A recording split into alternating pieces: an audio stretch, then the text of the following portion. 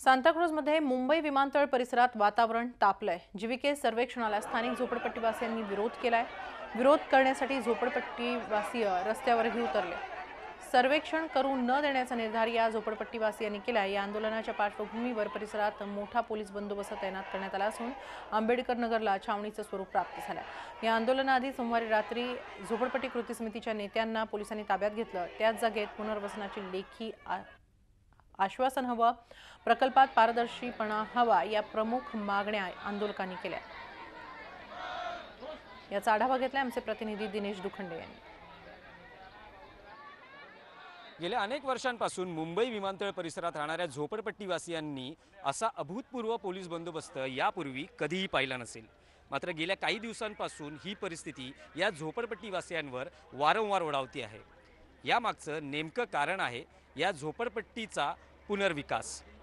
विमानतळ परिसराची जीविके कंपनी यांनी या पुनर्विकासाचा प्रकल्प हाती घेतला आहे आणि त्यासाठी सर्वेक्षणाचं काम सुरू झालेलं आहे। मात्र या सर्वेक्षणाच्या पद्धतीवरच या झोपडपट्टीवासियांचा आक्षेप आहे। या सर्वेक्षणाच्या प्रक्रियेत पारदर्शीपणा नसल्याचा या झोपडपट्टीवासियांचा आक्षेप आहे।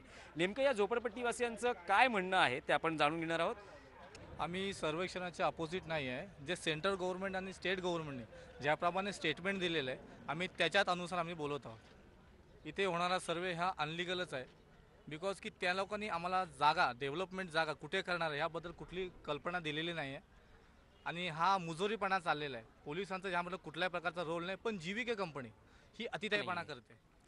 झोपडपट्टीचा विश्वास का नाही आहे? कारण अंधारात ठेवतात म्हणजे किंवा कुठे तुमचं काय करणार आहेत पेपर दाखवत नाहीत की तुमचं नेमकं काहीच सांगत नाही। डायरेक्ट पोलीसच्या गाड्या आणून डायरेक्ट अडवून तुमचा सर्वे करणार म्हणजे गळा दाबून श्वास बंद करण्यासारखं। समाजातील विविध घटकांना आपल्या मागण्या मान्य करून घेण्यासाठी रस्त्यावर उतरावं लागतं आहे, आंदोलन करावं लागतं आहे, आपले प्रश्न रस्त्यावर उतरून मांडावे लागत आहेत। लोकशाही प्रक्रियेत हे सारं घडतं आहे।